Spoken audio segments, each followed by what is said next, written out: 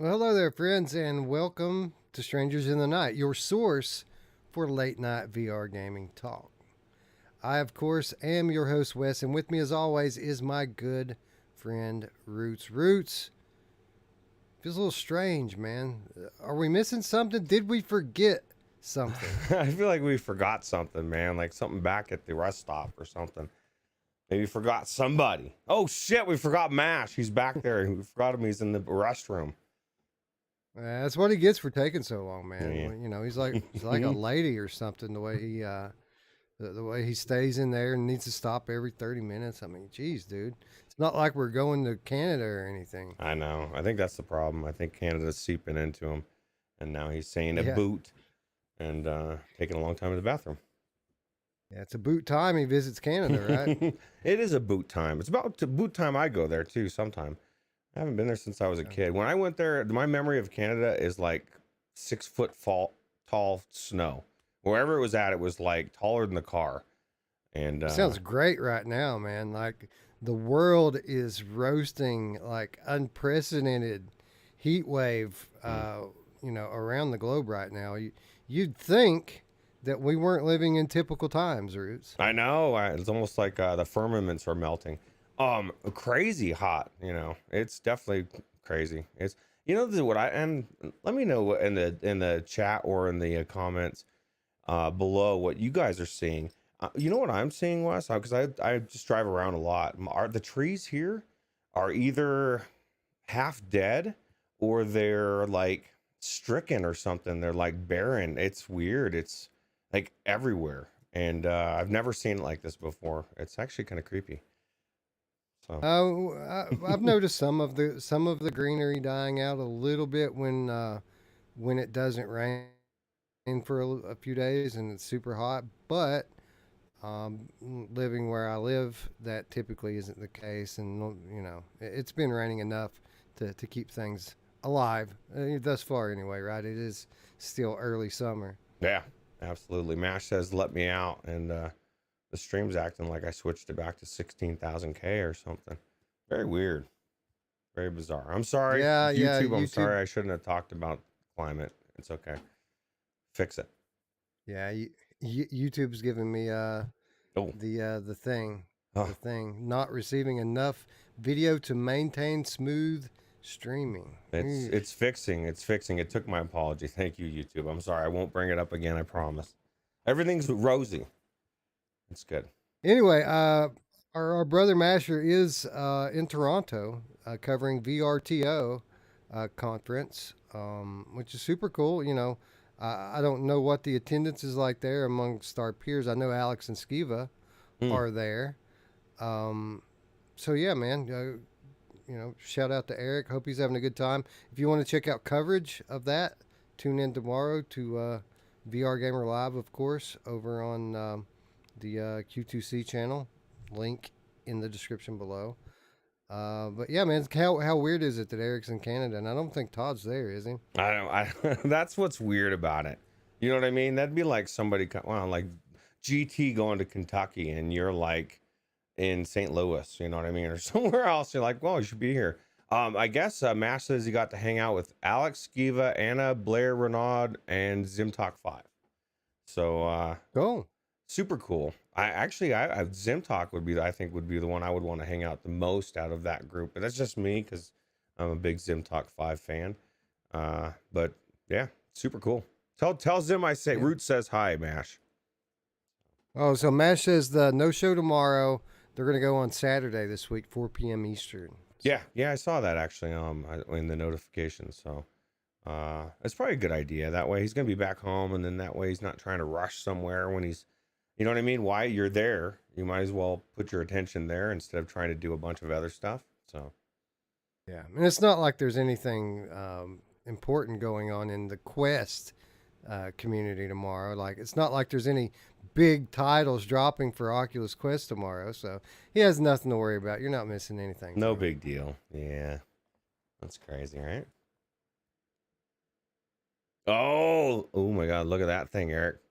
Look at this thing. Everybody check this thing out. This is, according to some people, super rare. It's a limited edition quill figurine, and guess what, Roots? We have two of these to give away. Oh, that's awesome. That's awesome. Yeah. So if you guys are interested in winning one of those figurines, along with a copy of Moss Book 2 for your Oculus Quest 2, make sure that you're subscribed. Make sure you hit that notification bell because we've got bonus content coming tomorrow, dude. Like, we may have missed Sunday, but we had a video out Saturday. We're going live tonight, and we're going to have another new video out tomorrow. Good stuff happening here on the Virtual Strangers channel. That's awesome. Mash says, Wes Blair says hi. And Onikazi, he's blowing my mind. He says, for some reason, I got the impression that Todd was more towards Vancouver. Don't know why. I could be totally wrong. We said Canada. Isn't that Canada, Vancouver? Isn't it all the same? Like, it's all one big group, one thing. It's all in one spot to me. Yeah, it's not that. Yeah, it's not that big, right? Canada is like it's tiny. It's like New Hampshire, right? Absolutely. Anyway, yeah, we got cool stuff coming up tomorrow. Again, we've got a couple of these to give away. We got a couple of copies of the game to give away. We have a developer interview going up tomorrow, which happens to be our first ever conventional format developer interview. So we sat down in a chair with a camera and a microphone and talked to one of the co-founders of Polyarc Studios, and as well as the lead game designer at Polyarc currently, Doug Burton, Chris Alderson, sat down with us for a half hour last week, and we talked about some cool stuff. We didn't hit all of the cliche questions that everyone asked them. We tried to change it up a bit and talk about different stuff, and it was it was kind of hard for us to do. It's hard for us to do anything for 20 or 30 minutes and then stop. So it was a little bit rushed, but besides that, I felt like it turned out pretty well. Yeah, it was such a good I mean, this is the thing. It was intriguing. Everything that we found out, I wanted to know. So it was definitely good. It's cool. Well, I have about a million more questions for these guys, which is why it's fortunate that at the end of it, they agreed to come back. So, like, we had to cut it short, obviously, because they had other interviews to do. It was like a media day thing for these guys, and but they seem to enjoy the conversation. And when I kind of threw it out there, hopefully we can get you guys back sometime. They seem very receptive to it, and so yeah, it looks like we're gonna do something a little more in depth with them very soon. But with that said, what we did accomplish with them, really cool. So again, make sure you got that bell checked so that when the thing goes live tomorrow afternoon, you guys get to check it out. Yeah, absolutely. Anyway, dude, even though we don't have MASH here, we still have a pretty awesome show lined up. I mean, we're going to kick off the third mod month of the year, which I kind of hesitate to call it that, Roots, because to be quite honest, I'm not ready to move on yet. Like, I want to talk about this game some more next week. Like, I don't want to pick a new game yet. I feel like I need more time in Red Dead. Yeah, absolutely. Well, and this is the thing. This is the reality. We're on a short time frame. You know what I mean? Like any of the other mods that, with the exception of one that we were going to talk about anyway, is going to be there. This may not. And if for some reason it turns out not to be, I'm going to cry. I'm invested in this now. Like I'm already like, I started from the beginning of it. I started in the mod, and I'm almost, I think, at 45% in the game or something. I've got to the new town. That's the big city where it's polluted, and there's just, the story is just, there's so much to it. I just yeah, man. I was kind of blown away by it. And as much as I've got a few hours in it, and as much as I wanted to play it, I kind of had to put it on hold and not give it the attention it deserved, because I went back in and I finished Twilight Zone, which, by the way, we said some things that were a little inaccurate last week, having not finished the third episode of Twilight Zone. There absolutely is gunplay in that. It's not completely walking sim. And this one, unlike episode 2, gives you an actual like 9mm handgun. So Wolfie would be happy. yeah, Yeah.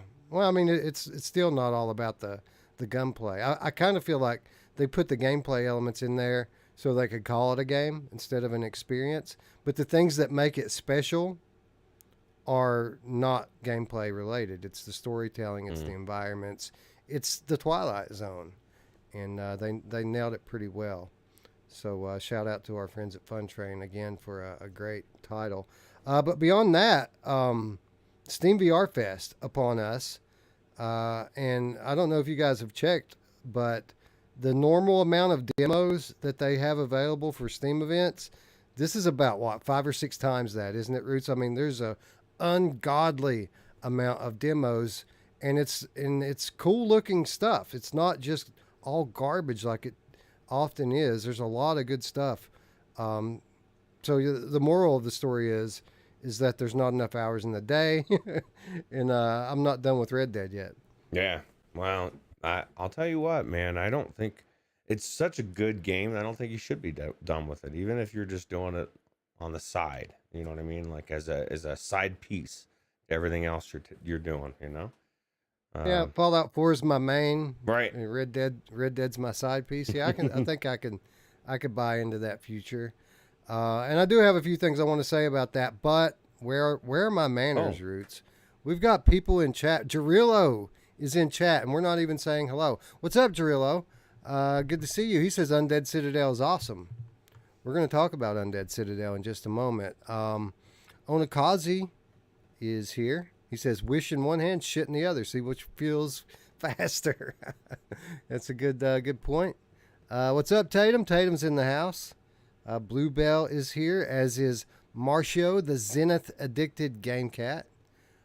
Can you remove HUD elements in the VR version of Red Dead 2? You know, there's not much HUD in it, is there, Roots? There's just this compass map thing that really stays on screen, you and you can can you can you take can it off. minimize it, You can or you can minimize it. take it You off. you can completely remove it.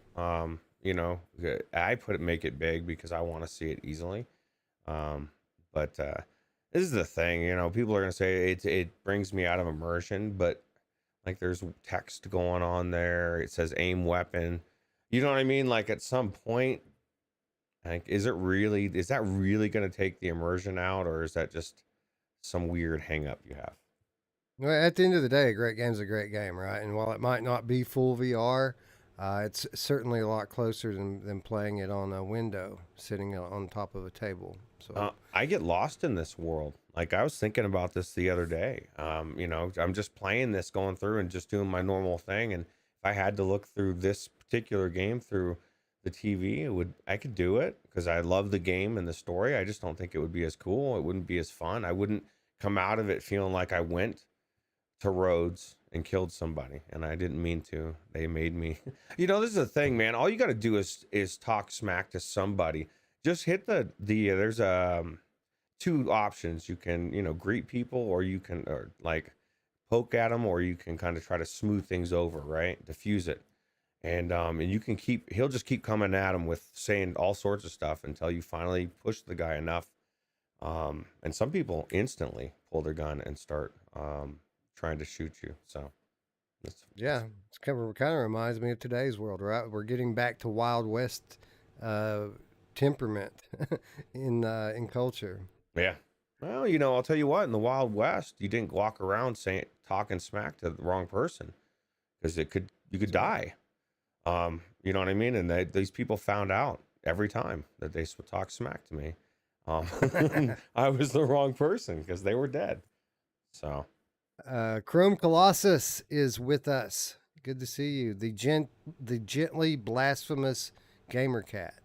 What's up, friend?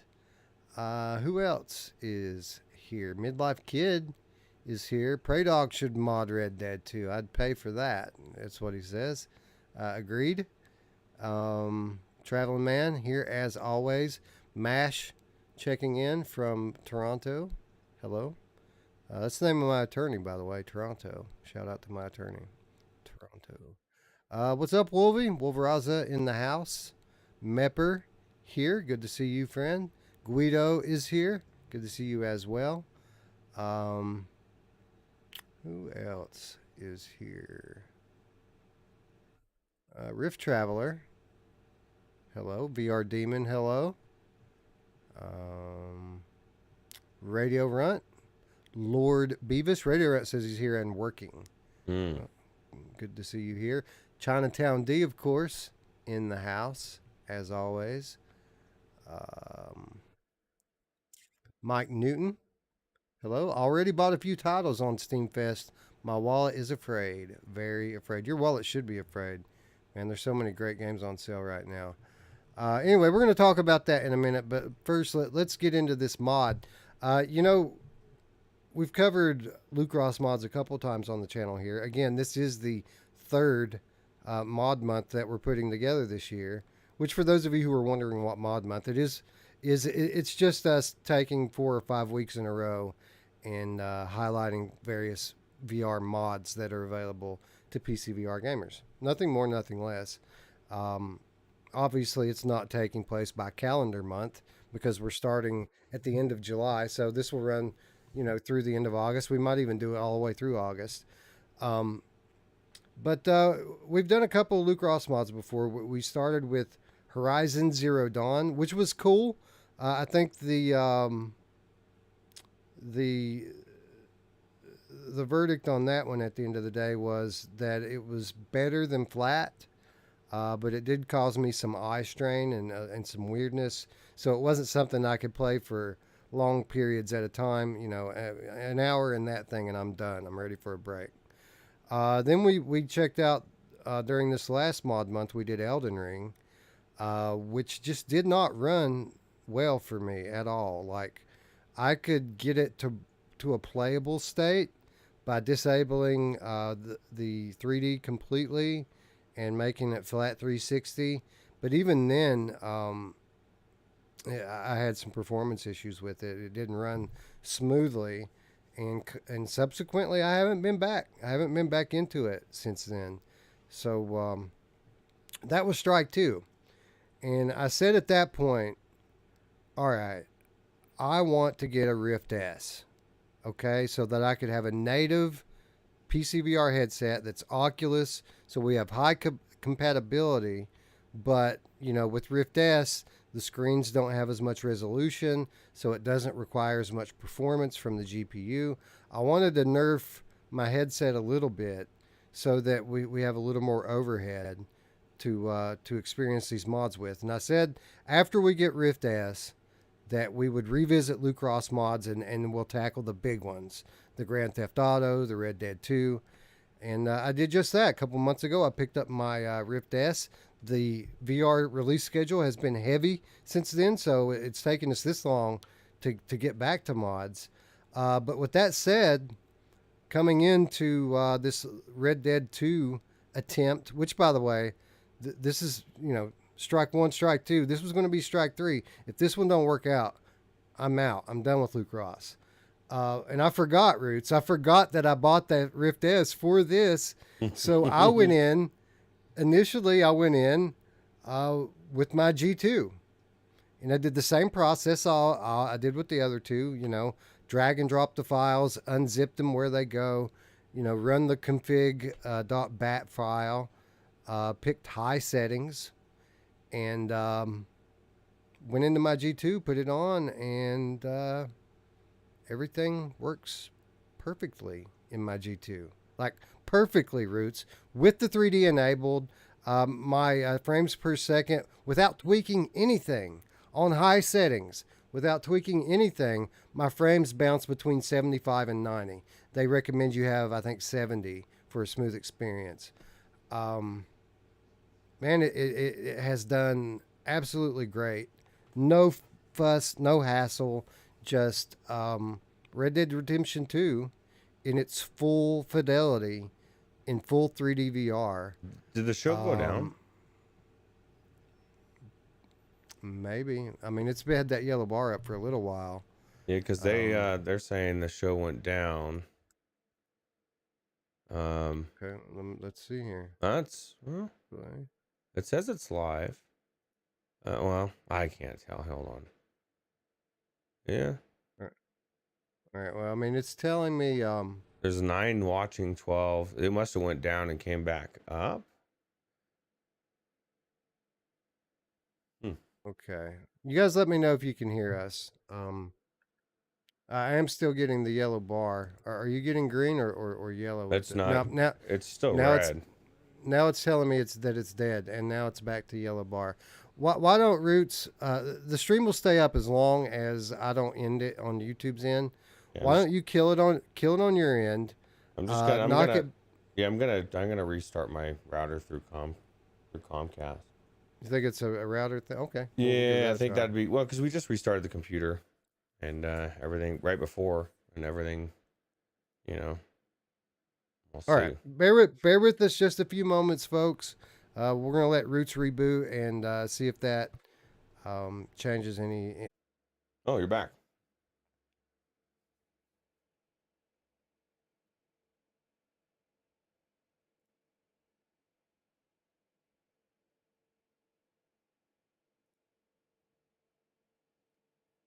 Can you hear me? I can hear you. Okay. Yes. All right. I didn't hear it come back. Yeah, it says my. Oh shit! I was gonna say my signal was green for a second there, but now it's red again. I don't know. I don't know what's. Let me. So you said if I stop it and then if NVINC. That should help. Something's taxing your graphics card, and that's the reason why it can't keep up with the frames. My graphics card? What? It's good, Yeah, bro. I don't know. It might be one of these deals where one of the you got a lot of scenes up, and sometimes one of those runs in the background. We've had That's this before. true. Yeah, but Yeah, I mean, we're talking a 3080 Ti. I should yeah, be fine. I know, I don't know. yeah, I Well, know. I'm not gonna question. We're back. I've got a green signal. The green is good. It makes me feel cozy inside. So All right, so we are back now. Then yeah, yeah. Apparently, remember that one time we came back and we didn't know we were back, and I was like irritated. And I wasn't. And people were like, "What the hell?" He's like cursing in the chat. It wasn't even that bad. Stop judging me. yeah, you and your potty mouth. Yeah. Well, I'm looking for some confirmation from YouTube here, and I see me drinking on the water okay. I got or it. my I got water. it. I got So, it. although I only see 8 people in here, I think people are slacking on coming back. Although we did just kind of waste about 10 minutes of your time. So, You know, yeah, they can watch it tomorrow. what are you gonna do? Anyway, I don't know where we cut in and where we cut out, so I'm going to go ahead and just start from the top of my spiel here with Luke Ross mods. So this is our third go around with Luke Ross mods. We've done Horizon, we've done Elden Ring, and both of those experiences have been lacking, in my opinion, versus other PCVR mods that I've tried from other creators. Hmm. So I said before we get to the big ones, right? The Red Deads, the Grand Theft Autos, let me pick up a Rift S. And that way I've got a native PCVR headset that's Oculus. It's something with lower resolution, so I'll have more overhead. And then we'll get in and try out these bigger names, the names that frankly Luke Ross mods are known for. And I did just that. I picked up the Oculus Rift S a couple months ago. We've been kind of busy, too busy to get back to mods until now. But with that said, it's been so long, I completely forgot, Roots, that I had picked up the Rift S. So when I went in and set this thing up, I did it in my G2, and I set it up the same way that I did Horizon, the same way I did Elden Ring. I put it on high settings. I ran the little config thing, unzipped it. It's not hard to set one of these things up. But I booted into it for the first time in my G2, and much to my surprise, everything worked perfectly. Absolutely 100% perfect with full 3D VR. Yeah, man, it didn't lose a beat. I mean, my frames are steady between 75 and 90. They recommend it be at least 70 frames per second. So I've got great performance. I'm running at 2700 by 2700 resolution in my G2.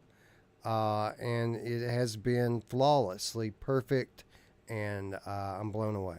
Wow, that's crazy. Nick, the Game Cat House says, shouldn't the G2 reverb be the best? No, so you're missing the point of what he was saying because I did this exact same thing. We picked up Rift S's to make it the performance better, right? Because there was thought that maybe it was, that was the problem why Wes was having issues. And I forgot as well about having the Rift S. I jumped right into my Quest 2. And I mean, I've been playing it on both, going back and forth. And I set it on ultra and I went in there and I cranked everything up and I got, like, as you can see from the footage, it just looks so good. I couldn't believe, um like, I felt like I've been cheated the first half of the game I've been playing because it looks so good, that I just, it blew me away. Yeah, and just a little more explanation here for Nick, the Game Cat How. So yes, you're correct. The G2 is the best experience that I have available to me when it's running all right, and that's kind of the caveat here. What makes G2 special is that there's so many more pixels on Hmm. the screen. The resolution's greater. There's a lot more pixels in there, but it's a double-edged sword because when you have all those pixels on your screens, that your graphics card has to render out those pixels. That's Hmm. more. That's more for your computer to have to push.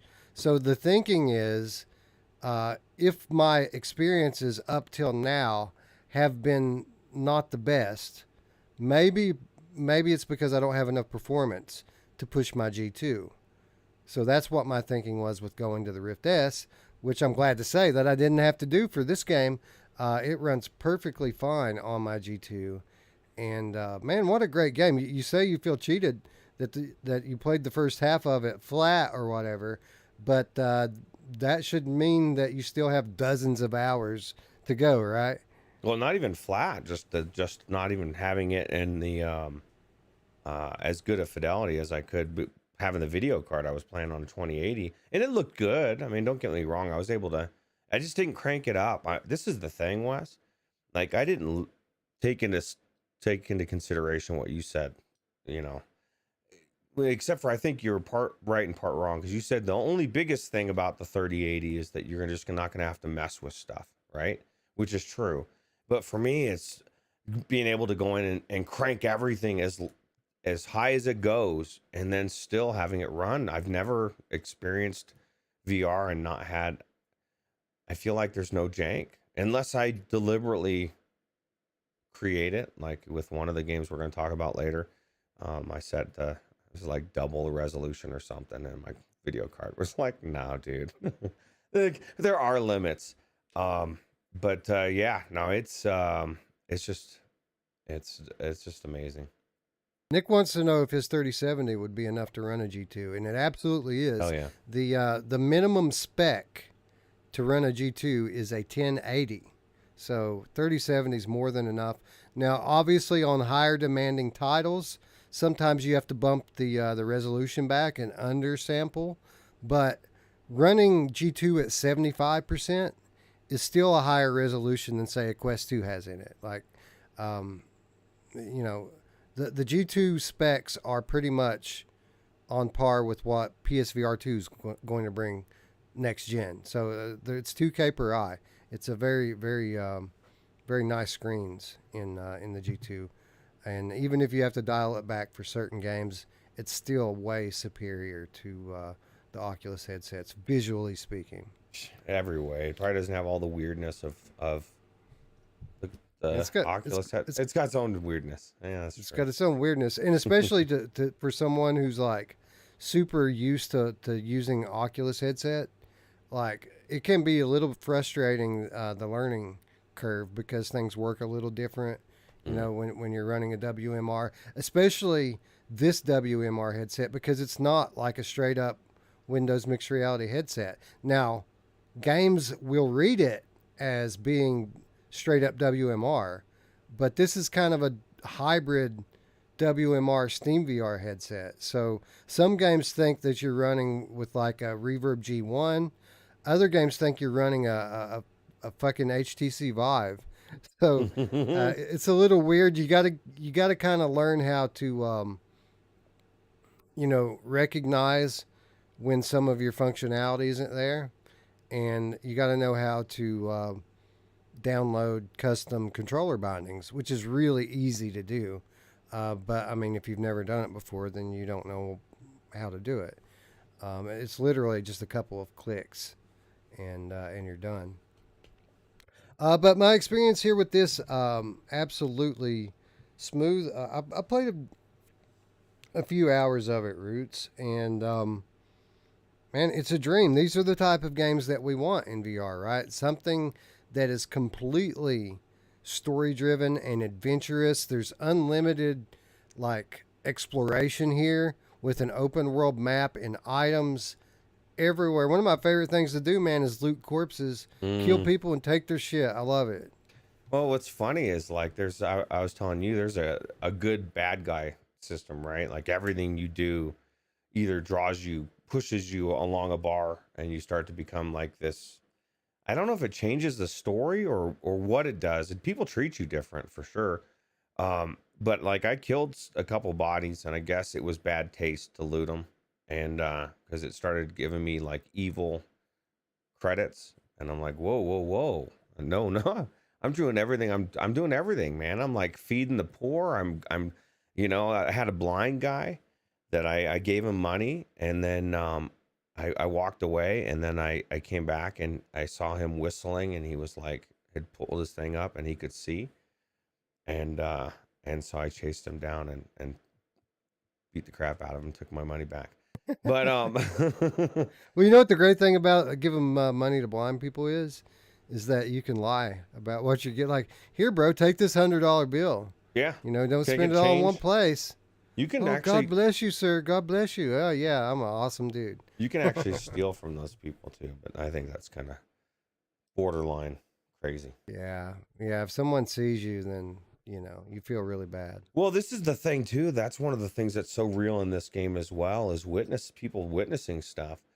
Because you get into a bind, you shoot somebody and you realize there's a witness, and then you kill that witness, and then you realize as you look around there's like 7 people, and then I'm like, I can't kill everybody, and so you have to get the hell out of there. And I don't know, this is like you said, this is a dream for VR, and it's a dream. It's a perfect game for the G2. Any game, you got the gamepad, right? You don't need, the worst part of the G2 is the tracking that's not as good as Oculus, I will say, because I haven't tried it. I don't want to trash it. But that's not even an issue. This is a gamepad, so. Right, exactly. And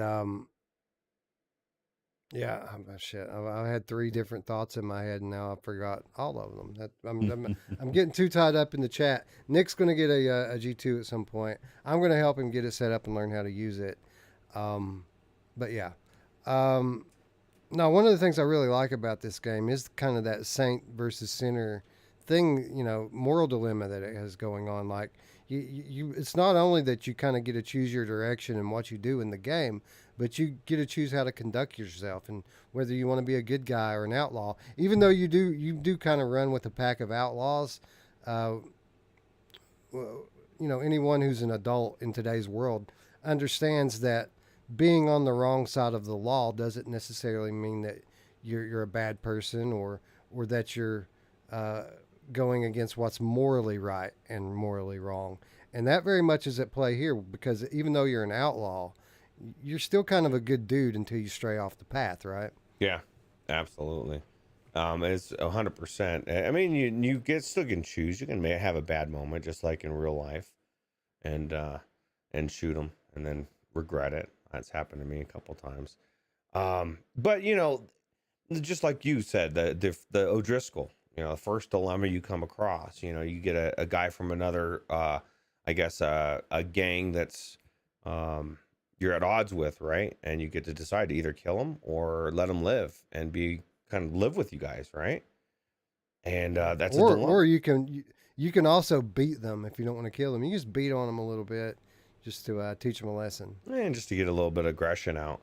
But the whole thing is if you let him live, he comes back to camp, and he becomes a part of the story. You know what I mean? You go do stuff with him a couple times. He's in missions. If you don't and you kill them, obviously things change, right? So that alone to me is good storytelling.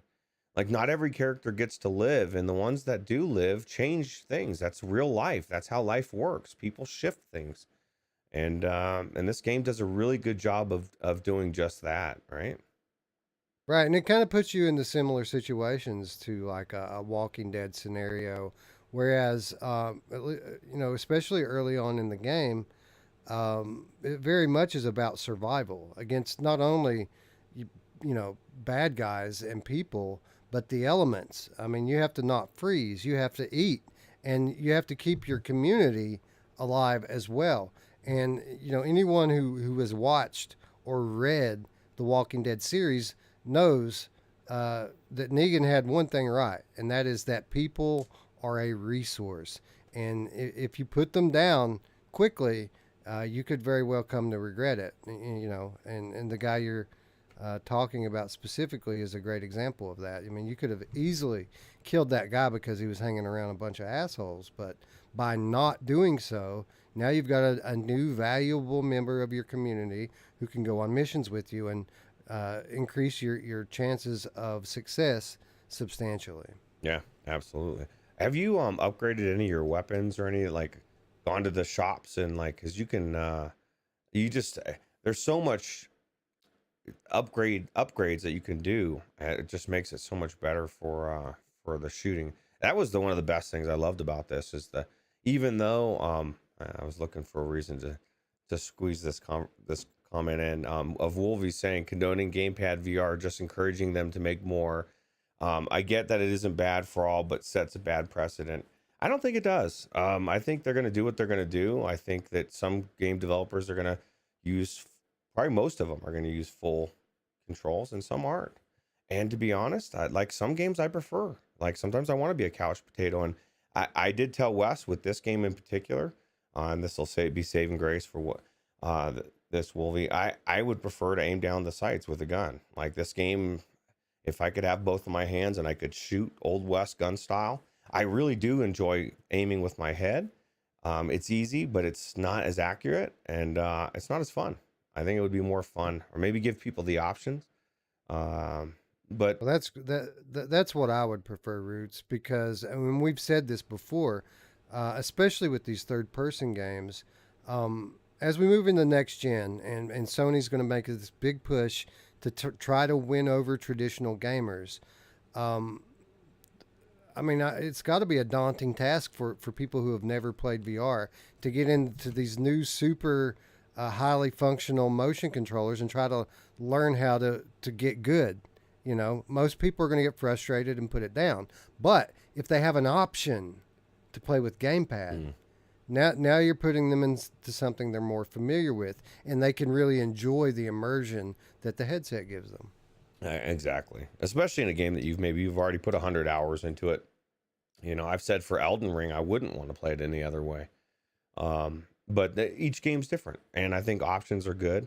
And Ferdinand says Red Dead 2 VR, Redemption 2. Yes, this is Red Dead. It's the Yes. Luke Ross mod that is now illegal. Well, not illegal, but he pulled it down, and we already had it, so we're still playing it.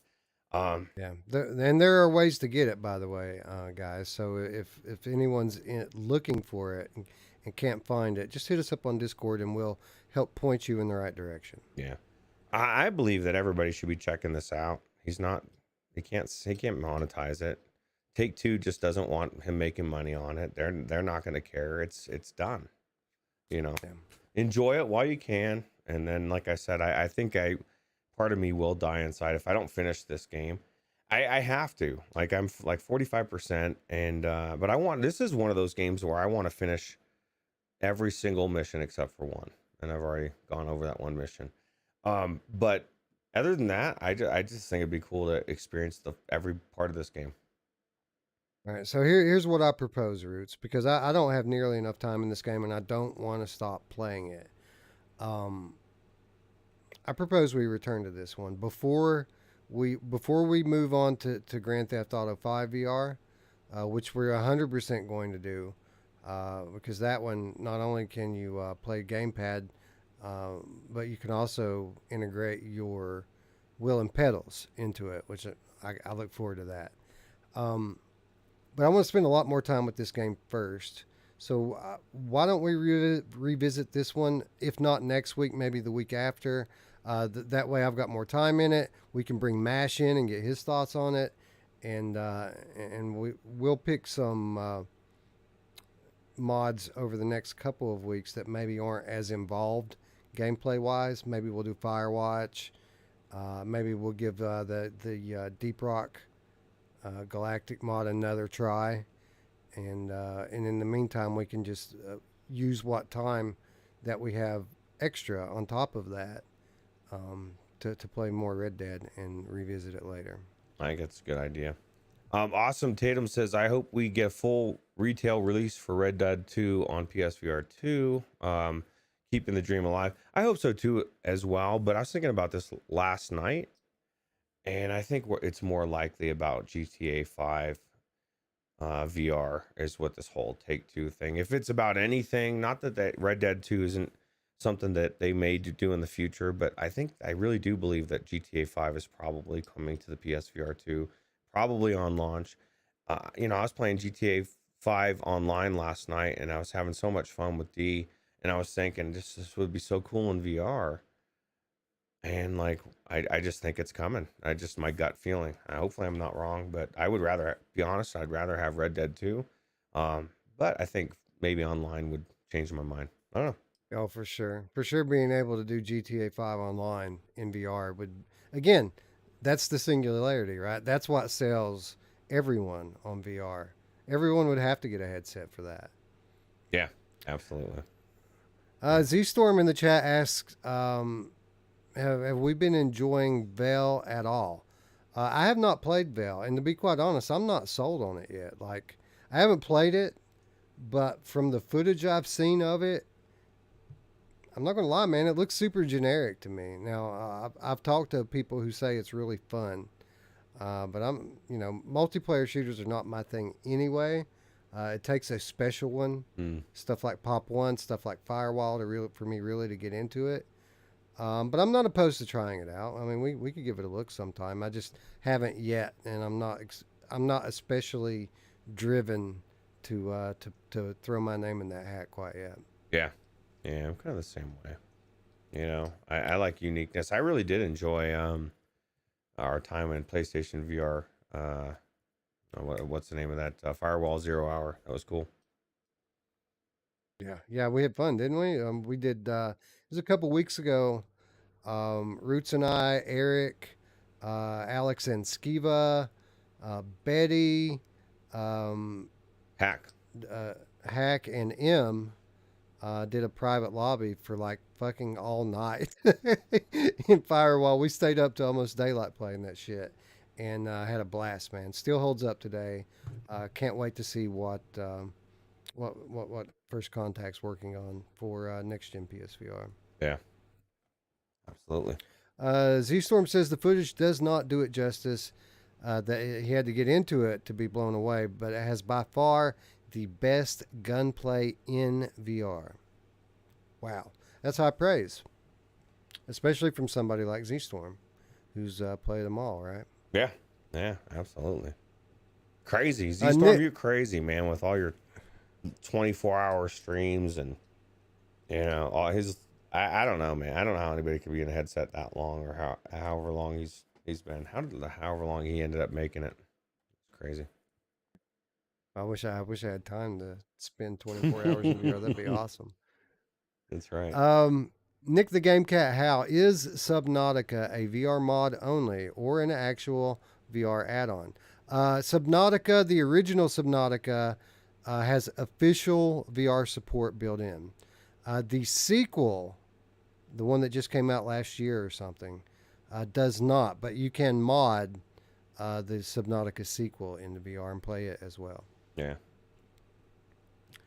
Anyway, I think we're going to go ahead and move on from Red Dead. Much more to come on this one. Did I just say that? Yeah, I did. Much more to come on this one, as I'm not done with it. I know Roots isn't done with it, and if I had to bet, I would say that MASH is not either. So probably in 2 to 3 weeks' time, we revisit this one before we move on to GTA 5 VR. Yep. But anyway, let's talk this Steam VR Fest. Roots is the first ever Steam VR Fest. We've had Steam events before that also cover VR, but this is the first time we've ever had one that's specifically VR focused, and they're doing it big, right? There's a huge sale on basically every VR title known to man, and then there's probably well over 100 playable demos available for free on Steam right now, most of which are for games that are not even out yet. So it's a pretty impressive display from Steam so far, in my opinion. What do you think about it, Roots? What blew me away is like I didn't know. I was looking at the tabs, right, in the Steam VR Fest. I wasn't really paying attention. I didn't look for like the upcoming ones, right? So I'm looking through this list and I'm like, this is a bunch of games that are like, this is a sale list. I was like confused. I was like, what is this? And then I started clicking on them and I'm like, oh my God, there's a demo for No Limits 2. There's a demo for like all these games that maybe you wanted to try, like Eye of the Temple or whatever. You just didn't get a chance to try it, or you never didn't know if you'd like it. Now you can demo it, right? And then you have all the upcoming titles on top of it. It did blow me away because there was a lot of good titles in there, ones that are already existing titles. So Yeah, yeah, and on top of that, there are sleeper indie games that you wouldn't think coming from such a small team or an unknown title. That once you get into the demo, you realize that it has a lot going for it, and we have a couple of those on our list here. I didn't ask you, Roots. Did you go right down the line the same way I had it in the notes? yes. Z-Storm Right. says Pavlov's on sale for $5. That's a wild deal. That's what I thought when it came out, it came out at $10, right? Which was a steal of a deal back in the day. Yeah, yeah, it didn't cost very much at all early on. They raised the price after it left early access or whatever. Yep. Anyway, so what we're going to do here is we're going to talk about our experiences in a few of these demos. There are a lot of them. Highly likely we do a part two to this uh, discussion next week because there's so many more demos that I didn't even get a chance to get in and try yet.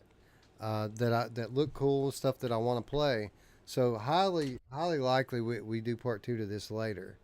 And of course, my dog is doing his thing where he wants in, he wants out, he wants in, he wants out. You need a dog door. For real.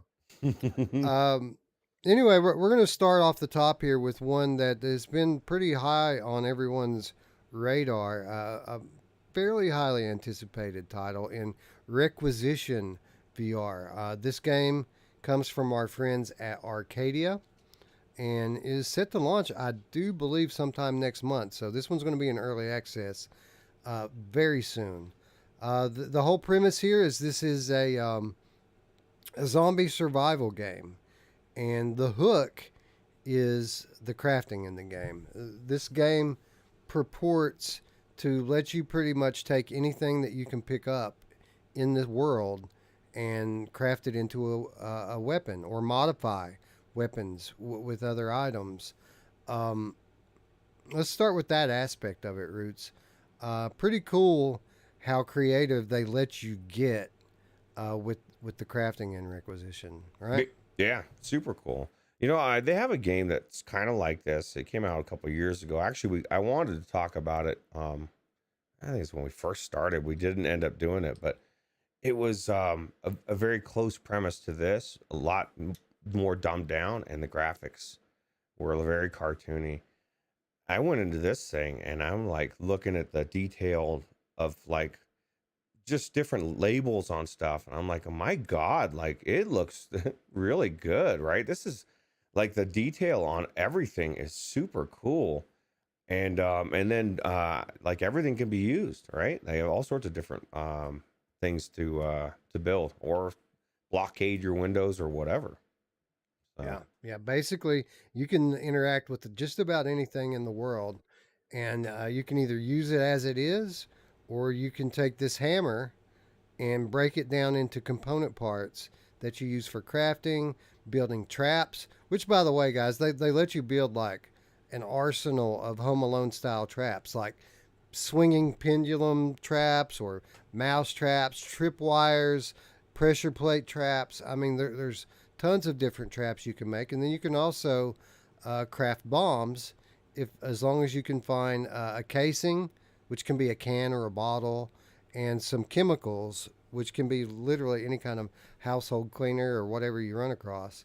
Um, you can craft bombs that are very effective.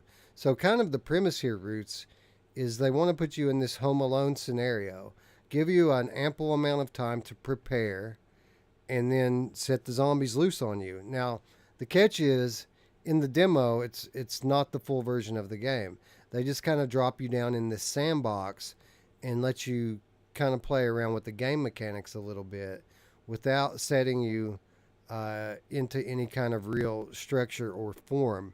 And that's where I think the big question mark remains with this one for me is I don't particularly like sandbox gameplay. Like Hitman really is one of only a couple um, sandbox experiences that are rich enough to entertain me. So I'm looking forward to getting the full version of Requisition in my hands, just to see what's the single player gameplay going to be like. Are they going to kind of set you through some sort of progression, be it story driven or not, or is it all going to be just like this, where it's all sandbox and you have complete control of everything? yeah. Well, even if it's not sandbox and it's wave based and it's level, it's a level. Yeah. Hopefully, there's more to it than that. But there's so much that could be had here. So much fun, I guess I should say, especially in multiplayer. So definitely, I think that would be where this would shine, right? Yeah, and I think that's going to be kind of their niche, right? I think that's where they're going to fit in. I think that might be what they're aiming for with this game. Um, the co-op gameplay aspect of it, which I didn't try, but I do think is available in the demo. I think we can hook up in this game if we attempt it and play together. Um, I think that's going to be where this game shines. I would like to see them update the tutorial process a bit. I didn't like the way this was set up. There's so much information and so many different things you can do in this game with the weapons and crafting. It needs a proper playable tutorial to teach you all this stuff, but instead, what you get is kind of moving from one sandbox room to the next sandbox room and instructions written on the wall. It's a Mm. lot of reading, isn't it? Yeah. Yeah. I wouldn't know. I didn't do the tutorial. I got Yeah. in there and I said, you know what? I can figure out how to kill these fucking zombies myself. And then I got out and I was like, what do I do?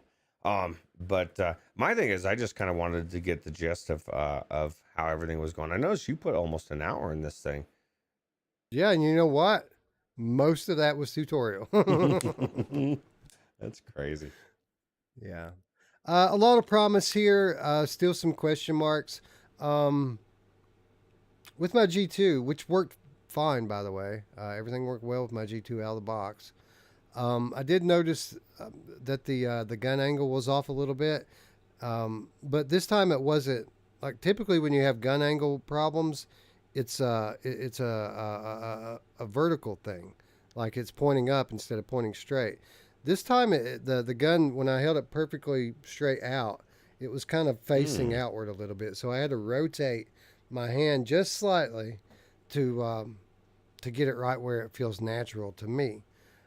So hopefully they adjust that or put some kind of setting in so that you can make that more comfortable. It was a small thing, something I got used to very quickly, but it was there nonetheless, and I thought I'd mention it. Would it be a small thing if you played it for hours on end and came out and the next day your wrist was like, you're like, why the fuck is my wrist? Oh yeah, that's right. I was having to cock my wrist a little bit to the side. It can end up, you don't notice it until it's like if you're kind of slouched a certain way in your chair and the next day your back hurts, right? Maybe that's just Yeah. old people like me.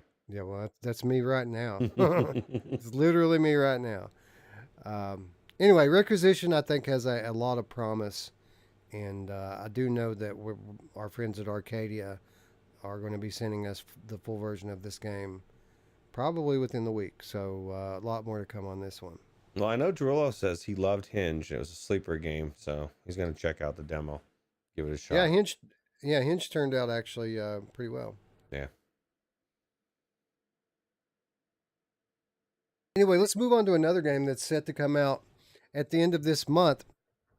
Admittedly, I probably um, should get a little more time in this game before we talk about it at length. But I do want to kind of put this game on the radar for people. It's called Tracery of Fate. This is a multiplayer uh, RPG, kind of a hack and slash RPG. And the reason why I didn't play as much of this as I probably should have is because, Roots, I think that this is going to shine in a multiplayer setting. Now, you can play it single player, but once you get into it, it's very obvious that this game was designed to be played co-op. And so I would say fans of like Shadowgate or fans of like Carnage Chronicles probably want to keep their eye on this one. Check out the demo for sure, and you might just find that you enjoy your time in this. Did you get a chance to check out Tracery of Fate I, Roots? I did not. It's one of the ones I did not go into. It's pretty cool looking, man. It comes from another small indie studio. I think this is their first VR offering. I'm not sure. Character models really good looking in this game. The textures on the walls and floors and stuff kind of flat. Pretty detailed, but kind of flat. It looks like, and I don't know if this is coming to Quest, but it looks like a game that they may want to try to bring to Quest at a later date. But if I'm not mistaken, um, this game is going to have a flat version as well, and it's crossplay, so VR players can play with flat players in this game. Anyway, I don't have a bunch to say about it other than I do expect us to cover this when it launches. Um, if we don't talk about it next week, probably the week after. But I want to get some multiplayer time in this one before I really dive into it. Yeah, absolutely. It looks pretty cool. Yeah, man. Yeah, impressive. This is a prime example of what I was talking about a moment ago. Games from small studios that really have no marketing, that people aren't aware of, that actually have a pretty high quality bar. I feel like this is going to be one of those. I've said this a couple times, but fast forward a year or 2 years or however long it takes till all these small devs are using Unreal Engine 5, and that's gonna be crazy. Nick the Game Cat House says the collision looks rough. Yeah, this isn't. I wouldn't call physics a strength of the game. It is an indie title for sure, but it's not bad either. I mean, it's not terrible. I mean, it's not going to be, um, Hellsplit Arena or Blade and Sorcery or anything like that. It's not going to be Asgard's Wrath, but it does seem like it'll be a fun little indie game. So. Anyway, let's talk a little bit about Undead Citadel, Roots. This one, I was skeptical that we would ever see the demo for because we have seen Undead Citadel time and time again advertised as a playable demo coming to the next Steam event. Then the Steam event shows up and no Undead Citadel demo. And, when we heard last week that Undead Citadel would once again be coming to the Steam VR Fest, something in the back of my mind told me, no, it ain't. No, it ain't. This is going to be another. They're going to stand us up again like they have the last couple of times. And sure enough, when the event launched, no Undead Citadel demo, and I was like, yep, there we go. Knew it. I knew it. So I immediately took to their Discord, started throwing a little shade, and they told everyone to be patient, that it was coming, that they had a last minute issue with Steam, and sure enough, they were telling the truth this time. And by day 2, the Undead Citadel demo was available for download. Now, the big thing to note here with Undead Citadel demo is that this is not the story campaign. All they give you in the demo is 5 rounds of the Horde mode. But you can get a lot out of this. You can tell what the production values are going to be like. You can tell what the physics are going to be like, the battle, the enemies. You can tell a lot from this Horde mode. And I got to be honest, Roots, after playing through it, it has reignited my excitement for Undead Citadel. Now, I'm not a big fan of Horde modes or arena-based melee, but you put me on a map I can move through and there's this backstory, then it's game on for me. And I feel like that I've seen enough from this Horde mode to tell that when we do get into a campaign with this, that it's going to be a lot of fun. Yeah, and then those skeletons are fuckers. I put it on the medium level, Wes, not the easy. And right off the bat, man, those things, like you're fighting, they're coming. There's other ones hitting you from, like, they're everywhere. They're so fast, it is crazy. And I don't know if you turned up the physics or not, but I turned up there's like a settings you can turn the physics up. And when I grabbed the axe and was like using two-handing it, it felt so good. I think physics is definitely the strength in this game, or one of them, right? Yeah, and it kind of it serves as justification, right? Because we know that the reason why this game got delayed and has been delayed for so long is that they totally broke it down and rebuilt the physics engine in the game. So it's nice to see that was all. Nick the Game Cat House says, I watched Brian play with the game in voice chat. He had way too much fun. Yeah, Brian absolutely loved it. By the way, shout out to Brian Paul for finally installing Steam VR on his machine and giving it a try. We did it, Roots. We won. He won. Yeah, exactly. He's the real winner. Yeah, right? absolutely. So many good experiences and games and stuff. And we all know PlayStation VR 2 is going to be the superior system soon enough. So enjoy the inferior system now. And then when it comes out, you can enjoy that too. Absolutely. But no, man, I really loved how ravenous the enemies were in this game. They were up your ass immediately. I like that you can't just select your weapon and stick to it. Like your weapons, your shields, they all have durability. They're all going to eventually break. And what this forces you to do is not only be good with the sword, but you have to learn how to use an axe. You have to learn how to use a mace. Brian even said there were archers and he found a bow, although he couldn't get any arrows for it. I'm sure that will be a thing when we get into the full version.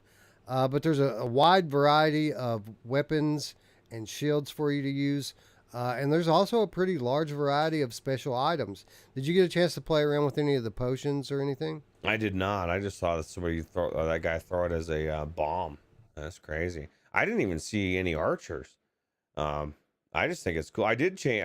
My biggest thing was I just was constantly switching weapons. Because if something was on the ground, it looked cool. I was like, oh, let me see how this axe feels. Right. Super cool. Yeah, I really took a liking to that. I guess it's technically a hammer, but it has a spike on one side and a blunt end on the other. Man, you could really crush those things head in with that, with this weapon, whatever it's called. I don't even know what those things are called. But it was fun, man. It was a lot of fun. Yeah. Drillo says, I found a bow and the arrows, but I could not figure out how to equip them or holster them. So there you go. Well, we know it's possible. He's using it right there. There you go. But yeah, there were all sorts of potions, man. There was a health potion. There was a bomb. There was a perception potion, an ice potion, Oh, God. a strength potion. The strength potion was awesome, man, because you could like one hand the two-handed weapons and knock these guys across the map. It was really cool. Yeah, that's crazy. Now we played a game last year, Roots. Do you remember we played a game that was set up very similar to this last year from Viport? I can't for the life of me remember what that game was called. Do you remember playing it though? I do. You know what's funny is like I went into this thinking I had already played it. Probably was thinking of that game. Yeah, This one's so much better. The eyes are so crazy cool in VR, right? Like I just think this game is once we can get to the actual game, because I'm like you, I don't like horde modes. At some point killing the same things, I don't care if they're coming from a different direction or whatever, it just gets old. It's same thing. I want something to pull me through, and I think it'll be cool. yeah, yeah. Just having variety in the environment is enough a lot of the time, and I'm sure there will be more than that. I'm sure there's going to be some story and some enemy variety. Hopefully, there's some big bosses as well. But yeah, man, so far so good with Undead Citadel. I'm excited about it again, and hopefully we don't have to wait too long on this one. Although, still question marks on the release date. They refuse to speculate on that. They Mm, say it will be out when it's done, and I mean that's a good thing, right? They're not going to launch it half baked, so that's good to know. yeah, I don't want half baked, and I'd rather it come out later than sooner, right? Yeah, So yeah. This next title another sleeper. Something I typically wouldn't check out, but after looking at a few screenshots, I said, "Hey, you know what? That don't look like it's half bad." And it's a game called Tomb Explorer VR. And if you're wondering what Tomb Explorer VR is, it's exactly what you think it is. It's a Tomb Raider clone, first person VR Tomb Raider clone. And once you get in it, I mean, it's a little iffy because the UI is so generic. Like it's got a super generic UI. I mean, you can tell they didn't put a lot of work into making it look pretty. But it's functional. It gets the job done. Um, but after you get past all of that, these worlds are beautiful, and the gameplay it's good, man. Like it's fun. There's plenty of options. Like you can duck, you can jump, you can run, you can climb. There's tools. There's a good inventory system. These ruins that you're exploring are absolutely huge, and there's environmental puzzles the same way that there were in the original Tomb Raider games. I had some fun with Tomb Explorer VR. Roots, did you have time to check it out? I didn't check this one out either because when I looked at it, I feel like it looks like it'd be good, but it looked like there was some jank to it. I was kind of wanna when I do play it, I want it to be to good. I never really looked at it as a Tomb Raider clone though, so it's kind of like Tomb Raider, huh? Yeah, yeah. You're exploring ruins. You're figuring out how to open doors by standing on pressure plates or stuff like that. The same type of stuff you used to do in Tomb Raider. You have to climb to get to certain areas. You have to crawl through crevices. There are secret areas to find and relics to collect. Very much the same gameplay as the original old Tomb Raider games. Okay. No story. No story that I can tell. Yeah. Just the gameplay. Okay. Well, it is a demo, so this is a ways off, right? It's not coming out anytime soon, or are they saying it's close?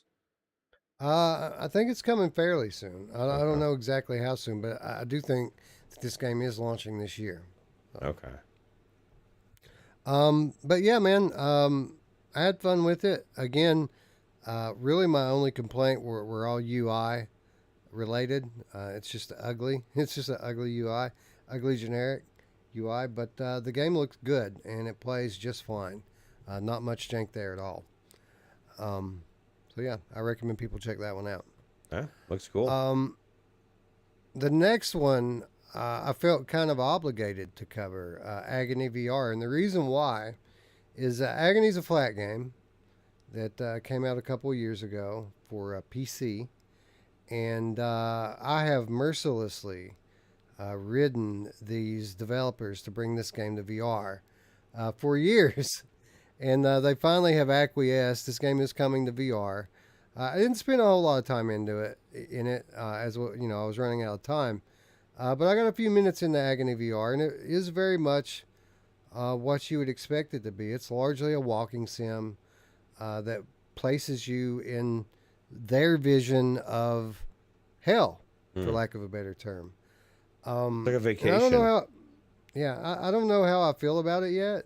I didn't really see a lot that scared me when I was in there. There were quite a few disturbing sights, though. I mean, you get into it and there's just nudity everywhere. Like these demon creatures have dicks swinging in the wind and nasty titties flopping around. It's just grotesque. So yeah, there's a lot of disturbing imagery in this. There's a little religious context and connotation to what's going on here as well. Obviously, with it being a walk through hell, but the jury's out on this one for me. I need more time in it to really see if there's anything here that's worthwhile. But what I can say about it is it's pretty detailed graphically. Like it ran pretty good. There's a lot going on here. Every reason for this not to have good performance or good graphics. And it looked pretty good and it ran pretty well. So I'll give it that. But again, jury's out on Agony VR for me. This is something I'm going to have to get back to you on after we get the full version. Okay. Well, the jury's out on OBS for me on the amount of frames, man. I don't know it's doing okay. It's chugging along, but I'm starting to think it's it's that solar flare. Those solar flares, they said it could be interrupting internet and all sorts of stuff for the next couple of days. I guarantee people are going to be having this kind of issue for the next couple of days. Well, we'll see. We'll see. Yeah. No, I said I guarantee it. No, I'm just kidding. Oh, you guarantee it? I guarantee it because I can see the future. No. Yeah. That's never a good thing to do. No. Anyway, one more title on our demo list, and this is probably the most obvious of all of them. Friends, if you have not experienced the Hubris demo, then go right now and download it. So as soon as the show ends, you can check it out. Ruuts, I went into this fully understanding that this is the same demo that we played before with some very minor tweaks, right? That they've added a few things in that you can find and collect in it, but it's still largely the same demo that we played last year when they released it. But with that said, I went back in and I was just as blown away this time as I was the first time. This game is beautiful. It has a story. I mean, there's climbing, there's swimming, there's combat, there's crafting, there's exploration and scavenging. I mean, this game has it all, doesn't it? Yeah, it all works well too. That was my takeaway going back into it. Besides the fact that, this time I cranked everything up. This is the one that I said I turned the rendering, I doubled it, and my card was like, no. But everything else I was able to crank up and it looked phenomenal. And my takeaway was just how good everything worked and felt. The climbing was so responsive, grabbing things, jumping around, jumping and grabbing onto ledges. It's everything you would want. Like you jump and you go to grab a ledge and you fucking grab it every single time. You know what I mean? There's no jank. There was no jank in this game that I found. I think they can improve like the way the torpedo gun in the water, make it a little bit better, the way it hits or something, and make that. But everything that I would say that's negative is nitpicky, right? It's amazing. When it ended and it said, "Oh, your thing has ended," I said, "Oh fuck, man!" Like I wanted to keep going. It was cool. Yeah, my only real criticism of it stems from the climbing, which is great, but I would prefer a turn option so that, like when you start climbing, your stick turning shuts off. Right. Which, if you're playing seated, that's a must. You got to be able to turn with your sticks, or you got to stand up and turn physically. So I would ask that they please enable turning while climbing. But that's my biggest gripe with it. Everything else is great. Um, I can't wait to play more of this, and this is one that we do know is coming this year. So I can't wait to get my hands on the full version.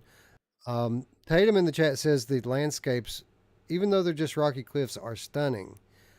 Yeah, man, everything's stunning. Even like in the beginning part, Roots, when they first open the window and show you the twin planet system, I mean, it just my jaw dropped when I saw that. It was crazy because I've never seen. I was trying to, in my mind, figure out how two planets were merging, and then I assume one of them is a gas planet or so. I don't know.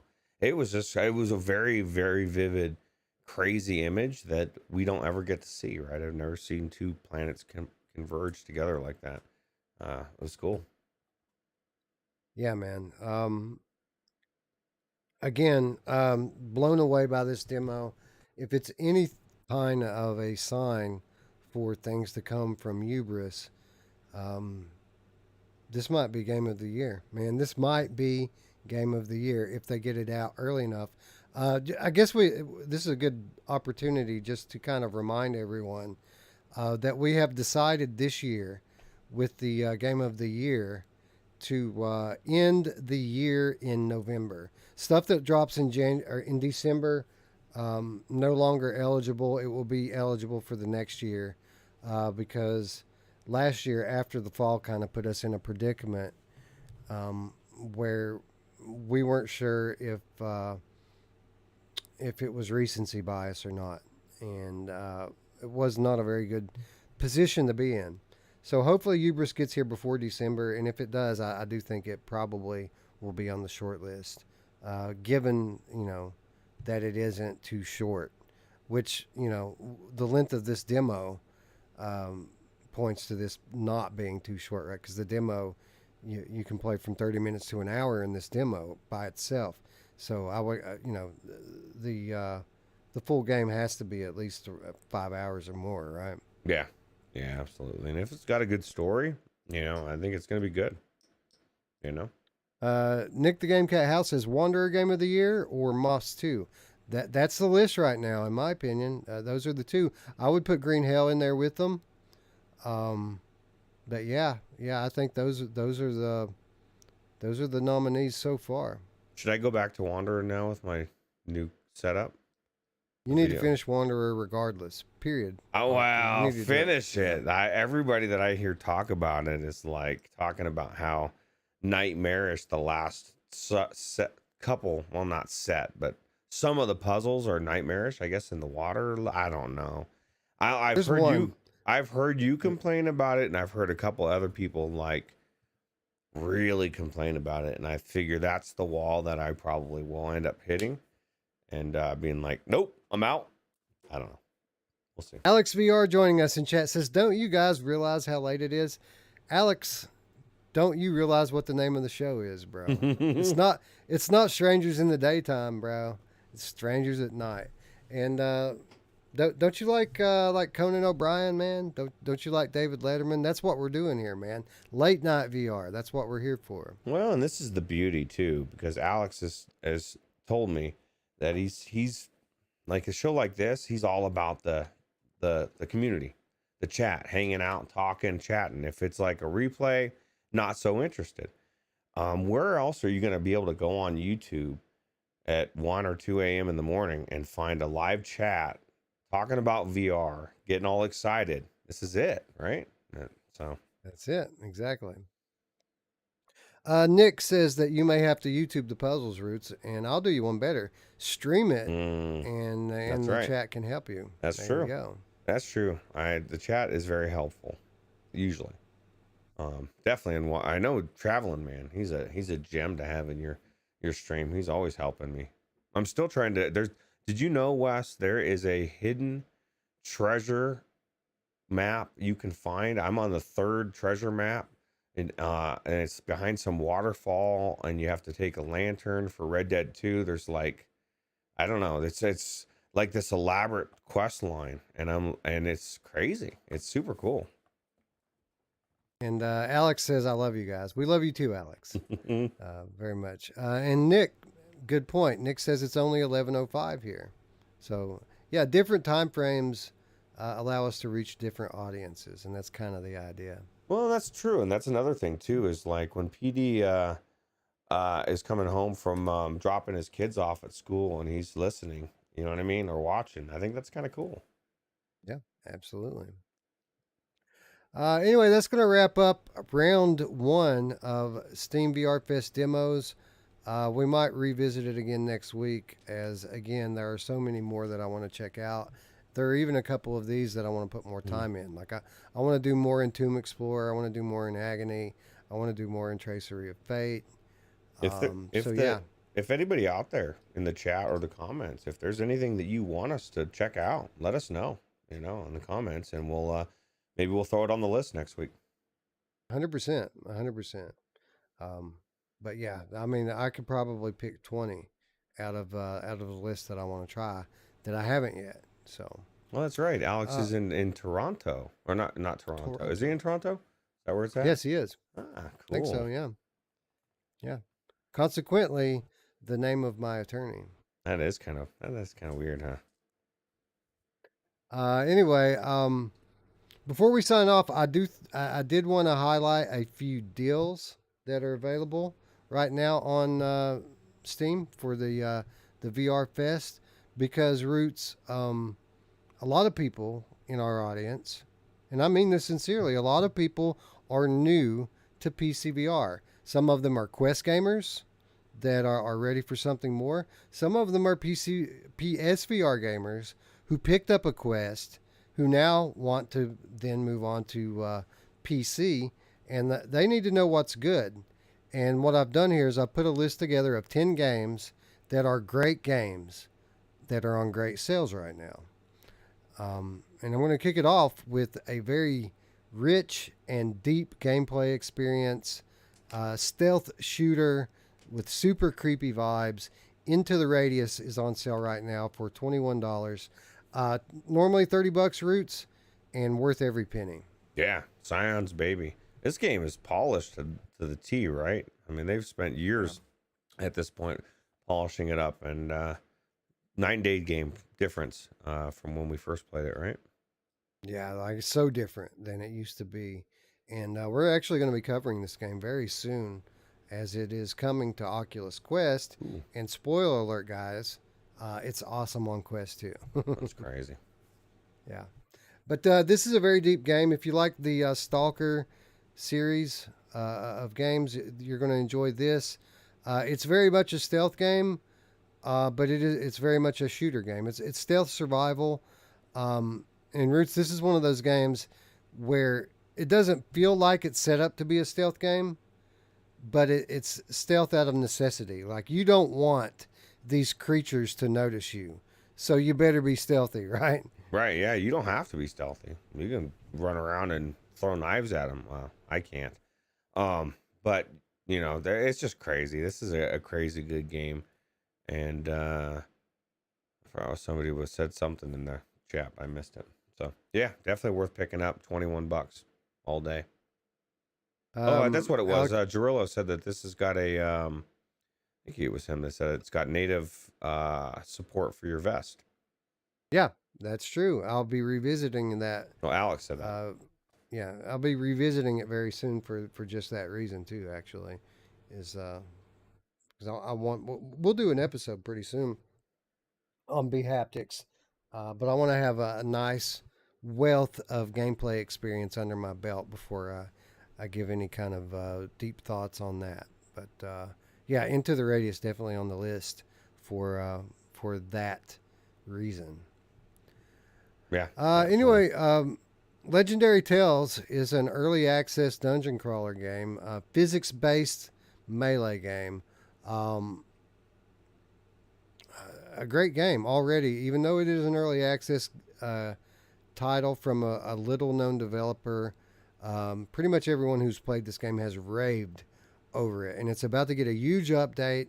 It is an expensive game, right? This is normally $35 for this game. But again, I feel like for what you get in this gameplay, or in this game. This is a very deep game. Um, I feel like it's worth the original price, and if you can get it for $5 off, like you can right now, I think people should jump on it. Yeah, especially if you have friends that want to play a game like this. I mean, you can play multiplayer to the T. How many people do we have in there? Like six? I think five or six. Four. Four? I think it's four. Four, I think maybe. it's four, Yeah. yeah. Drilla says, "You know who likes D haptics?" My mom! We haven't had my mom in there for a while. Nick says, I want to play PCVR games. That's why I'm going to get a G2, but should I get a Quest 2 instead? It's just all depends. I think, If you're getting it just for PCVR, then no. But what the Quest offers is the ability to not need a PC at all. And right. you can have VR in your pocket. You can take it with you anywhere that you're going. You can take it to your friend's house. You can take it on vacation with you. Quest 2 has been invaluable to me for that reason. That When your power's out for 5 days or whatever. Dude. Yeah. My power went out the other night. You know what I did? I grabbed my Quest and I finished the Twilight Zone. Yeah. So, I mean, if people don't talk about this, Wes, but and this is a real thing. If you say you have Eye of the Temple and you want to play wirelessly, you can't do that with a G2. You can with the Quest 2. And that's a game that you absolutely want to be wireless. So those games that you want wireless PCVR, the Quest 2 is really good for that. So if you're only getting it for PCVR, there are better options. Other options are more comfortable. Other options have better visuals, and so on and so forth. But the Quest 2 is the Swiss Army knife of VR headsets. There's so much functionality and so many different things that you can do with it. It's always the headset I recommend to anybody trying to get in. So, again, it's a personal choice. If you do decide to go with Quest 2, you need to be aware of a few things. You're going to have to put money into making it comfortable. It's very uncomfortable out of the box. You got to buy a strap. You got to buy a facial interface. You got to put about another $100 into making it comfortable. You've got to buy means to connect it to your PC, and whether that be a fast router so that you can connect wirelessly, or a link cable so that you can plug in. That stuff don't come with the Quest. You got to pay for that and set it up as well. And no matter which route you go with it, be it wired or AirLink, there's a fair amount of jank you got to deal with. There's a lot of restarting your computer, restarting the headset. You got to make sure your battery's always charged. There's a lot of extra friction that comes with PC gaming on Quest. So again, it just depends on what you need it for. Trade-offs. But it's an amazing headset, and definitely worth the meager $300 price tag that they put on it.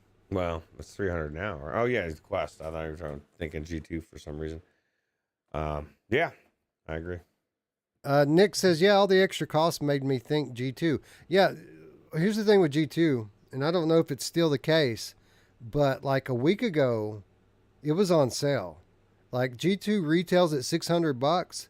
It was on sale for $400 just last week. So if that's still on sale, you might want to jump on it, because that's a great deal for that headset. Yeah, it is. Anyway, Legendary Tales, Alex points out, also be haptics in that one as well. So Drillo says, I still say index number one. My only problem with the index is it's getting too late in the cycle. You know what I mean? Like, and I guess pretty much for all the PCVR headsets, but even the resolution isn't the best at this point now compared to other headsets. The screen door effect, the drift on the controllers, which I guess you're going to get drift on a lot of controllers, but I feel like I wouldn't get an index right now anymore. When it first came out, absolutely. For the first couple of years, absolutely. Most people will tell you that own an index. Of course, most people that own an index will tell you it's the best that VR has to offer. This is the thing with Index and me. One, it's $1,000 for the full kit. Even still today, 3 years, 4 years in, still $1,000 to get the full kit. You mentioned that the controller quality is not the best. Those controllers fuck up all the time, and yeah, they're not the best build quality. Um, and the real big thing for me with the Index is that the way the lenses are made, they're double stacked lenses in there, which creates extra God rays and glare, which don't bother some people. It bothers me a lot. Even a little bit of glare bothers me a lot. So I have never tried the Index, but I've talked to enough people to know that I would have some major issues with it. Joel says, I don't need the resolution, though, not on a 1080 Ti. Well, resolution's not really an issue. You can only super sample so much, man. Like, you know what I mean? Like, until you said, even myself, I don't know. Index has got better. They've got better lenses than the Quest 2 or no? What was it? What The was the Index. question again? The Index. They're a bit wider. You get a little more field of view, but no, the lenses in the Index there's two lenses stacked on top of one another. Which again, I mean they're Fresnel lenses, but they again they trap a lot of light, and you see that light. So, yeah. I would be remiss if I didn't mention that my main squeeze, Fallout 4 VR, is on sale for $15 right now. This is a 6-year-old VR game. It still ranks among the very best native VR games that you can buy. Are you going to gussy up this and put some lipstick on this pig and do some odds? I'm gonna have to because people keep asking me to. Like every week, someone asks me to mod it. So I've never seen this game modded. I've seen Skyrim and VR modded. I've modded the hell out of Skyrim, and it was so night and day difference. I guarantee it's going to be phenomenal. Makes me want to do it. Yeah. People say it makes a real difference, and it's beautiful as it is. So, but they there are mods that make it a little more VR in terms of interactions, and definitely there are visual mods as well. And from what I understand, they won't affect my game save, so I'll be able to just keep playing after I mod it. That's the way to do it. Or you can kill Radio Runt because he's the one that told you that. And can you imagine if your game save was gone? It wasn't Radio Run, actually. It was, really? It was. I can tell you it was. It was recycled, I think. Okay. Yeah, I think it was recycled. Yeah, I'm not going to search it. I'm pretty sure it was recycled that told me that. But the moral of the story is, even if you're not modding it, Fallout 4 is amazing, and it's definitely a reason to have PCVR. And it's $15 right now, man, which is great. That's an amazing deal. $15. Holy crap! Yeah. AAA game. If you wanted something a little bit newer, how about Green Hell VR, which just came out, Roots, already on sale for $20. Pretty damn good deal. What's the total? What was it? $30 game, right? Yeah, pretty sure that's a $30 game. Yeah. Yeah, this is amazing. This is probably, arguably, in my mind, the best survival game in VR. But for as far as actual survival, take away story element and weirdness and all that, it's just so good. Yeah, well, actually, I mean, the story is pretty awesome. The story's in good. This one too. I just still think it was a bad idea. This guy is very naive to, like, what did he think his girlfriend, like, I'm just going to go live with these people for 30 days or what was it, 60 days or something. Okay, good luck. Hope it works out for you. Yeah, what a dope. Simp. She's probably having her boyfriend Todd pick her up on the other side of the tree. Oh, he's the cuck, huh? Oh, God. Now I'm looking at this guy a little different. Anyway, this is a hardcore survival game. It is a fucking hardcore survival game, and it will kill you fast. But if that's your thing, $20 is a good price on it. Yeah, this is, I mean, a lot of game, right? It's very deep. Yeah, absolutely. And it probably ranks among the top of the games I've played this year in terms of time that I've put into a game. I've probably played Green Hell as much as 95% of the games in my library right now. Very few exceptions that I've played more. Yeah, absolutely. Uh, you want to talk about a good deal, Roots? How about $6 for Windlands 2? Awesome co-op.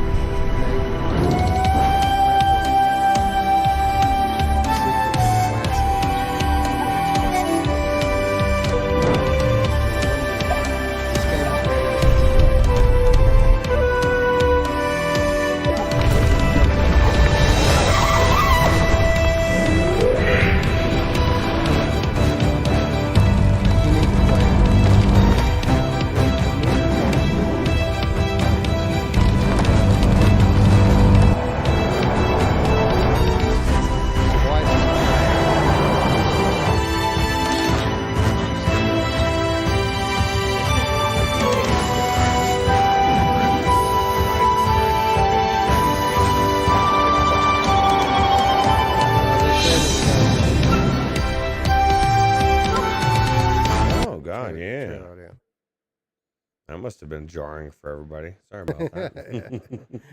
Yeah. So basically, what I'm saying here is that Windlands is a hell of a deal. It's $6 right now for Windlands 2, and for those of you who tried it on PlayStation VR, you were missing something.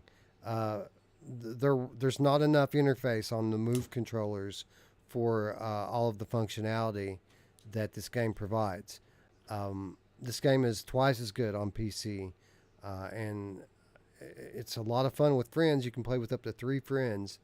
It's a big open world, and it's expert level platforming by the time you get to the end of it. It's a great game for just a few dollars. $6 for this is a no brainer. I've played through it. I don't even know, with so many people, man. Like so many different people. It's such a good game. Now you got me checking all my trailers for the rest of the thing here.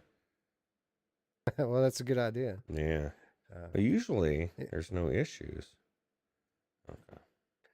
Anyway, talk about a great deal on a great multiplayer game, Roots. I don't think Carnage Chronicles gets enough attention for the level of quality that they bring here. This might be the best dungeon crawler style action RPG in VR. I mean, it's very, very good, isn't it? Yeah, absolutely. It's probably one of the best dungeon crawlers I've ever played in VR. And I played it with you, played it with Mainfan, played it with a couple different people. Again, game that I've gone into and it's had replayability. Really good. Yeah, up to 3 people, up to 3 friends that you can bring in with you, 4 players in Carnage Chronicles. $10 right now for this game. Wow, that's a steal. And it was long when they first released it, and they've added a couple levels. It's really, really good. Yeah, it just came out of early access about 6 months ago. So, yeah, I'm sure there's even new stuff in this game since I played it. Onikazi caught it. He's like, there was sound there for a moment. Yeah, it's weird. I tried to look in studio mode ahead of, and it wouldn't show me anything. So I had to catch it on the fly. My OBS has been weird tonight. I think it's I'm just gonna blame it on the sun. It's all the sun's fault. Or as I like to call it, the son of a bitch. That's right. A lot of people excited, Roots, for the upcoming beta of Vertigo 2. But if you want to get your weird adventure campaign started early, now's a great time to check out the predecessor, Vertigo Remastered. $17 right now on Steam. That's a really good game. I really enjoy it. Actually, it's different, right? You're not going to find anything else like Vertigo. Now, what was crazy about it is they just redid it and then gave it to everybody that owned it for free. The first one, the remastered version, was super cool. Most games would end up charging it again, right? So yeah, great high quality game from a great indie developer. and a great price. $17, definitely worth it. Yep. Eye of the Temple Roots is in a class by itself. There are no other games that do what this game does as well as this game does it. No artificial locomotion in this game, guys.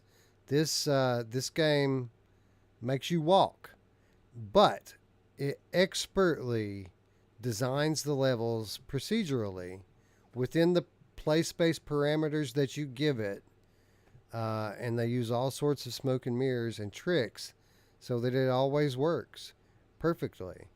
This is a game that sets you to exploring ruins and solving puzzles, and it's a one of a kind, underrated VR game. Absolutely tragic that this game is not a quest game, because I feel like the wireless standalone is the proper format for this game. But even with that said, I think that it's a must own on PC, and it's only $14 right now. And it's so unique. And I'd be remiss to not warn people. Make sure your thing is drawn correctly, your boundary, because it will use the whole boundary. If you're like me and you draw a big extra square so you don't ever see it, because I don't run into stuff, this thing will walk you into a wall. But if you draw it proper, it will. It's so smart, man. It just turns you around in your play space, and it's super cool. Yeah, it uses every inch you give it, so it helps to be a little conservative when you draw your boundary. Knock it in 6 inches from your wall or something. Yeah. Give yourself a little space. Yep. What's up, Frosty? Good to see you. Let's see. We got a few more here. A couple more. Another great multiplayer title that just came out of early access, something we just covered recently, Beanstalker. You guys remember how much we raved about Beanstalker? $10 right now, Roots, on Steam. That is a steal at $20, $10, man. This is a no-brainer, right? A lot of game here. A lot of game here. Yeah, that's probably the best climbing game I've ever played. Then you throw in crafting and all the other stuff, multiplayer. Super cool. Yeah, it's like a climbing / RPG game almost, but with combat and bosses. Really, the only thing it doesn't knock out of the park is storytelling, but everything else is top notch, A+. Yeah. And Bluebell, of course, yes, you can play Eye of the Temple on PC with your Quest. That's true. Yep, absolutely. That's the only way I'd love to play it. Onakazi says we have sound on the trailer. No, we did for a split second. No, we don't. Well, I'm not showing any sound. I don't know. Yeah, you see it, right? Oh, he retracted his message, so we must be good. Okay. He's just quick. He's trying to be quick, Roots, and catch you. Yeah, well, he may on the next one, because I don't know. You see, the thing is that the last section of things are all new scenes I had to add, and so that's why they got missed. But Beanstalker was not one. It had already existed. So. All right, we have one more title, Roots, on the list I put together here, and the reason why this is the last one on the list is because I kept scrolling down the sale list and adding the great games that I saw until I got to this one, because this is the one I came in looking for. This is the one I wanted to see if it was on sale, because I think everyone should own Everslot. This game is in early access. It's getting frequent updates. It's about to get another huge update. I love this game, man. It is so fun to play. Yeah, super fast paced, and like you said, it's just continually getting added to. So a great game already, or it's getting better. Yeah, high paced gameplay, not nerfed to try to keep people from getting sick. I love it, man. The grappling hook in this game can be used as a weapon. You're collecting the blood of your enemies and using it for power ups. There's so much I could say about this game. All you need to know is that it's awesome as it is today. If it never gets another update, I recommend it all day at its retail price. But if you get it right now, you don't have to pay retail. It's $14 for Everslot right now. Wow, that's a steal for sure. Yeah, absolutely. Love this game, man. So fun. And that's it. That's all I've got on my little list here. But let's just be honest. If there's a PCVR game that you want, it's probably on sale right now. If it's not an Oculus exclusive, then it's on sale right now on Steam. For example, Half-Life Alyx is half off. Skyrim's on sale. Boneworks is on sale. Everything is on sale. I just wanted to highlight these games because these are ones that I particularly think are very good and probably don't get as much recognition as they deserve. And some of these, all of them, are really good deals. I just want to highlight that if you're one of those people that is always unsure of a lot of games, to go to that Steam Fest and for the demos of the new stuff upcoming, but also for games like No Limits 2, or I don't even remember. There were so many games on there that it just blew me away that there's established VR games that are just, there was so much that you could try. And now's the time, right? Because they're all on sale. Yeah. All of those games are on sale that they're letting you demo. So, Blair Witch VR is $20, says Durillo. oh Jesus. Great game. Great game. On the short list of best VR horror games available. The Gallery, episode 1 and 2 bundle. I don't remember exactly how much it cost. It was less than $10. It was like $7, $8, $9 for both games. You know what Just I wish amazing. they would put on sale was those what's the fast-paced games that they always Serious Sam. yeah, Serious Sam. I wish they would put those games on sale because I haven't seen those on sale for a while. Those are good games, right? Yeah, they might be on there. Probably. You gotta search for the Crytek bundle, it's called. Gives you all 3 of the Serious Sam games, as well as the Talos Principle, which is an awesome PCVR puzzle game. Yeah, typically you can get that for less than $20 for 4 awesome games. Good deal. Great deal. Yeah. Yeah. I was wondering if The Living Remain is any good. On the fence with that one. I really enjoyed The Living Remain. It's like a proper sequel to Arizona Sunshine. So if you like Arizona Sunshine and would like to see a modest bump up in terms of gameplay mechanics, it's a bit deeper in terms of gameplay and interaction than Arizona Sunshine. Then The Living Remains a great one, and it's an early access title too. Supposedly going to get better over time. So. Okay. But yeah, I recommend it. I had fun. A lot of people raved about that game. I mean, there were people putting that game in the same sentence with like Half-Life Alyx and The Walking Dead Saints and Sinners when it first hit Steam. People are weird sometimes, man. I thought it was good. It was good, but I don't think it was on that level. Like I went into Half-Life Alyx this last week with my new video card and was like, oh my God. Because, there's so much graphics there, Yeah. Half-Life Alyx, the gift that keeps on giving. Yeah. Like with all the workshop content. It's like Dreams for PCVR. Yeah, absolutely. Anyway, I think that's going to wrap up our episode tonight. I want to thank everyone who showed up to watch it live and dealt with all of the technical difficulties. You all are awesome. I want to thank everyone who's watching it tomorrow, the next day. Guys, don't forget, Moss Book 2 hits Oculus Quest today. We've got a video coming out later today where we're going to tell you how you can win one of these, a copy of the game, and in addition to that, you get to check out an awesome interview that we did with a couple of the game's creators last week. So nice video coming up tomorrow. If you haven't already, make sure to click the big red button and ring the bell so that you'll be notified when the episode goes live. I do think I'm going to do a premiere of it. So 1 or 2 o'clock Eastern tomorrow, I'll have live chat going for that one. So if you guys want to stop by and say hello, then stop by and say hello.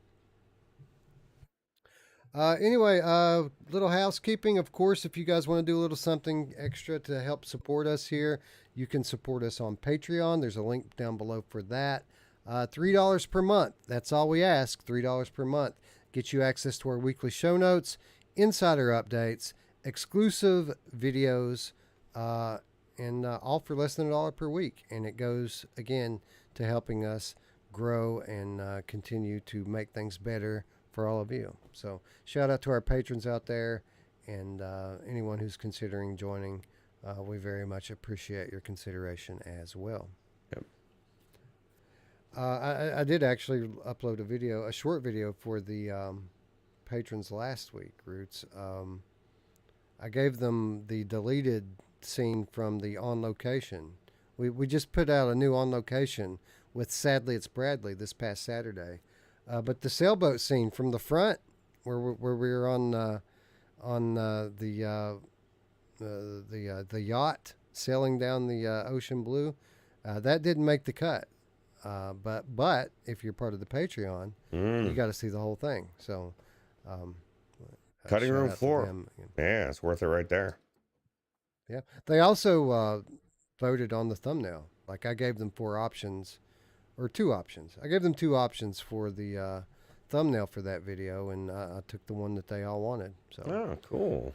Yeah, that's awesome. We try to do cool stuff with the patrons. We very much appreciate their support. Yeah, for real. Anyway, what else? Oh yeah, the Discord. It's the place where we all lurk 24/7. That you'll find an invitation to join the Virtual Strangers Discord down below. That's where you can find us pretty much anytime talking about games, talking about life, getting together for multiplayer. You'll find it all in there. Sharing music, something I like to do every now and then. Anyway, Virtual Strangers Discord, invitation down below. Come join us if you haven't already. Anyway, with that said, friends, I'd like to thank you all once again for watching. For my friend Roots here, I'm Wes. We'll see you tomorrow, friends. Bye. Stay easy.